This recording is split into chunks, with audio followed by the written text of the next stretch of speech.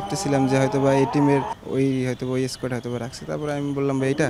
বুধবার জিম্বাবুয়ের বিপক্ষে সিলেট টেস্টে 3 উইকেটে হেরেছে বাংলাদেশ দল। জিম্বাবুয়ে শেষ 10 টেস্টের একটিতেও জিতেনি, 2টিতে ড্র ও 8টিতে হার। সেই জিম্বাবুয়ে বাংলাদেশকে রীতিমতো নাকানি চুবানি খাইয়ে সিলেটে জয়ের ধারায় ফিরেছে। অথচ বাংলাদেশ যখনই ব্যাটিং করে পিচ রীতিমতো বিপক্ষে চলে যায়। তাই তো ডিপিএলে ভালো করা এনামুল হক বিজয় ও স্পিনার তানভীর ইসলামকে নিয়ে চট্টগ্রামের টেস্ট দল ঘোষণা করেছে বিসিবি। দলের জায়গা পাওয়ার পরের দিন একাডেমি মাঠে হাজির লাল বল নিয়ে তানভীর করেছেন দীর্ঘক্ষণ অনুশীলনও। ডিপিএলের শুরুতে দারুণ করেছিলেন তানভীর ইসলাম। ঘরোয়া ক্রিকেটে এই বোলার বেশ ধারাবাহিক। টি-20তে নিয়মিত থাকলেও অন্য 2 ফরম্যাটে তাকে এখনও দেখা যায়নি। টেস্টে জায়গা পাওয়ার খবর কিভাবে পেয়েছেন জানতে চাইলে তানভীর বলেন, আমাদের তো গতকালকে ম্যাচ ছিল লেজেন্ড অফ ব্লুগন্সের। ম্যাচ খেলে আসতে আসতে রাত্র 8টা একটু বেশি বাজছে হয়তো বা। তারপরে বাসায় রেস্ট করতেছি, ওই সময় একটা বড় ভাই সাংবাদিক উনি আমাকে ফোন দিছিল যে ভাই আপনি কিছু জানেন? আমি বলছি না ভাই, কী হয়েছে? তারপরে উনি বললো আসলে আপনি জানেন না? আমি কই না। আপনি তো হয়তো বা স্কোয়াডে আছেন।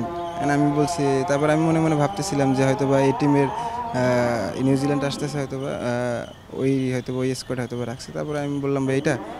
পরে উনি বললো যে না, আপনি হয়তো বা জিম্বাবুয়ের সেকেন্ড ম্যাচের জন্য আপনাকে হয়তো বা ডাকছে, আপনি কি জানেন? আমি বলছি না ভাই।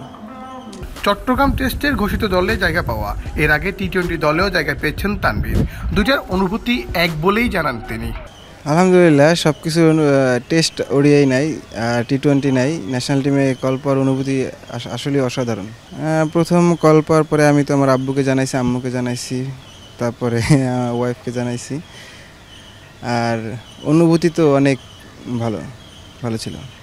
টেস্ট ক্রিকেটই একমাত্র ফরম্যাট যেখানে দ্বিতীয়বারের মতো সুযোগ থাকে। সেখানে কি প্ল্যান করছেন তানভীর জানালেন বাংলাদেশ প্রতিদিনকে।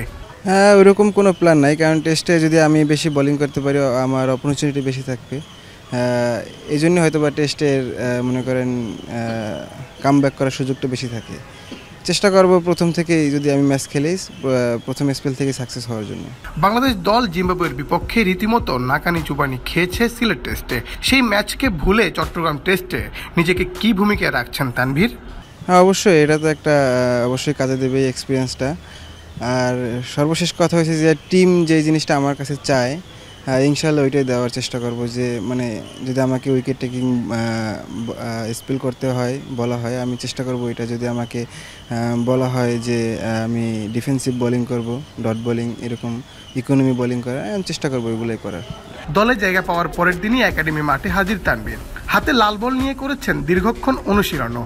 এই অনুশীলনে আসলে কি নিয়ে কাজ করেছেন এই স্পিনার জানতে চাওয়া হলে তিনি বলেন, আমার একটা বড় ভাই আছে গাজী ভাই, ওনার সাথে কথা হলো যে ভাই আপনি, গাজী ভাই তো অনেক বড় একজন প্লেয়ার, বাংলাদেশ টিমের জন্য খেলছে উনি বলছে যে তানভীর শুধু সামনে বল করবে, stump to stump, four day এবং লাল বলের জন্য সবথেকে বাজে বল হচ্ছে কাট এবং পুল খেলানোর জন্য।